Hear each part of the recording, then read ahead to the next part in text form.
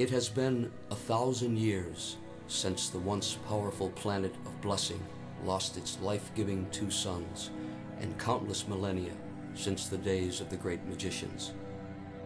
An expedition of alien voyagers came upon the now ice-covered sphere, drawn there by an unexplained lone beacon far below the miles of frozen moisture.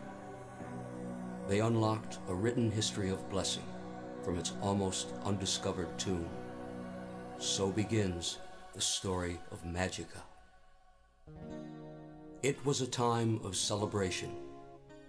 The Book of Magica and the wizards who had used its spells so wisely for the good of the people were being honored in all the great cities of the world. There was, however, an exception. Where good thrives, evil survives, and evil has plans for survival. The celebration of thanks and prosperity would signal the forces of evil side to begin the attack and ultimate capture and destruction of Magica.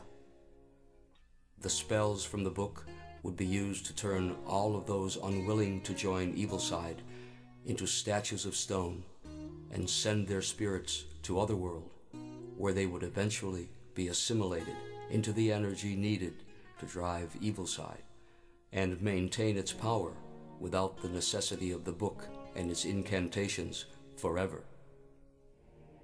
Defenses were naturally relaxed during the festive preparations, and although the battle was well fought by both factions, the minions of the dark prevailed. Their assault was well planned and executed to a fault.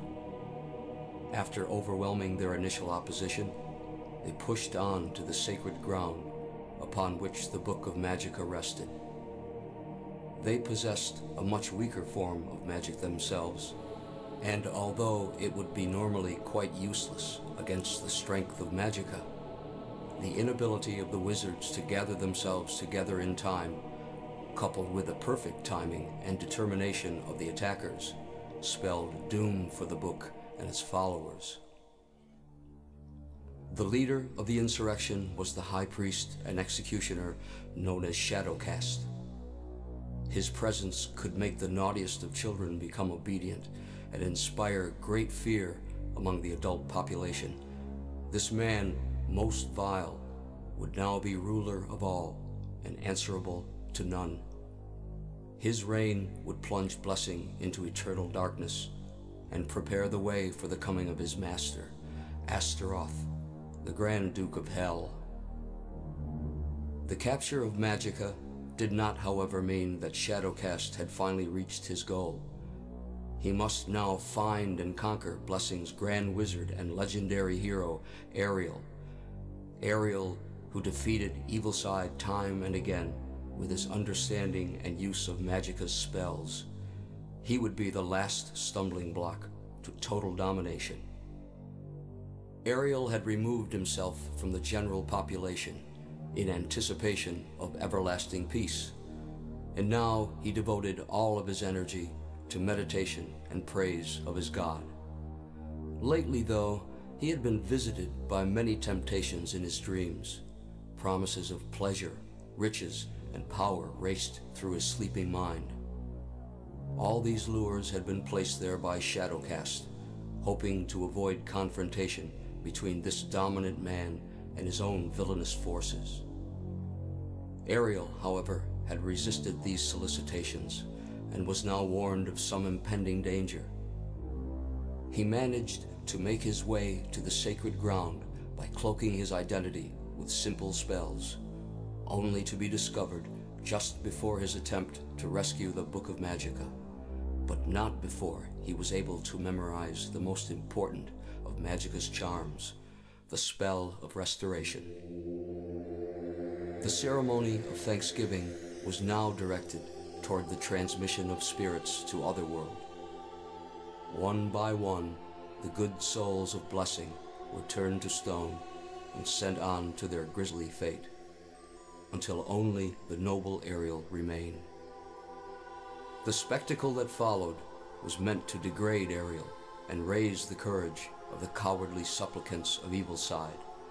but true to his indomitable bearing, he promised to return and banish evil side forever. Then he was gone. The horrors of Otherworld are now revealed to the masses huddled together for some small measure of comfort. First, the adults were separated from their children amid cries and pleas for help. Next, the old ones were taken away and assigned to a place very near the assimilation site.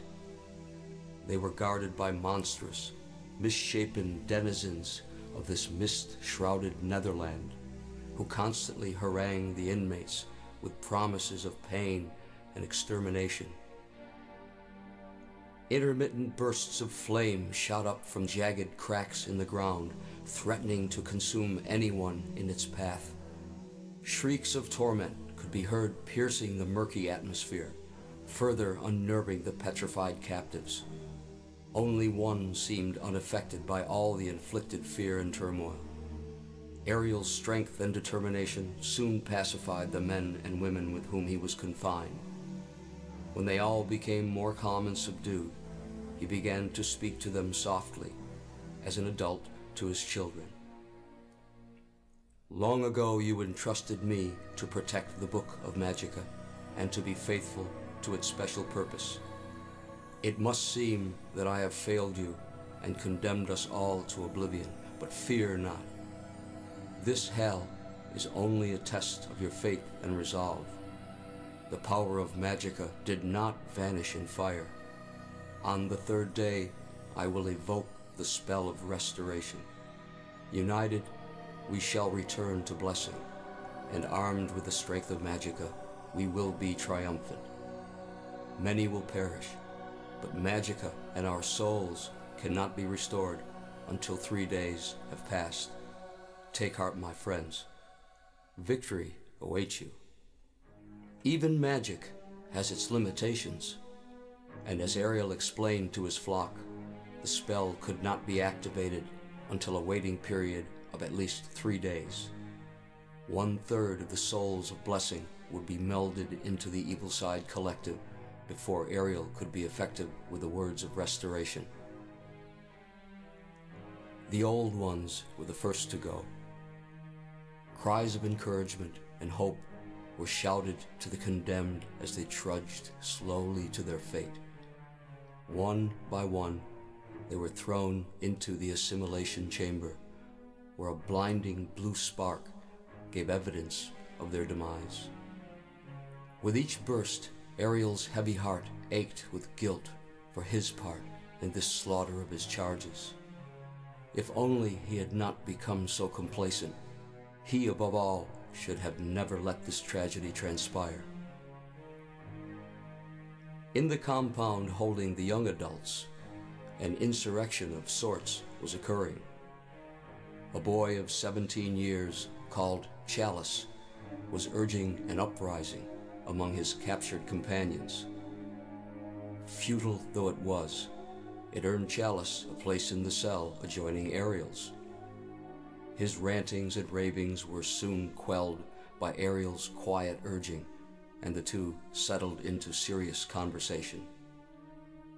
Ariel knew his time of assimilation was near, and only hoped it would not be scheduled before the 3-day waiting period for restoration was ended. Shadowcast wanted to personally oversee Ariel's termination, but couldn't abandon his duties on Blessing until all was secure. Would there be enough time? Ariel realized some of his own strong qualities in Chalice and decided that this was an opportunity not to be lost. He instructed Chalice to remove all anger from his mind and hate from his heart. Only the pure could receive and transmit this most important of spells. Convinced that this young man was ready, he joined with his spirit and gave him these words: Sanasha, Gorath, Solus Arcana, words that would resurrect the masses if delivered correctly and in time. Over 2 days had passed before Shadowcast was ready for travel to Otherworld to deliver Ariel to his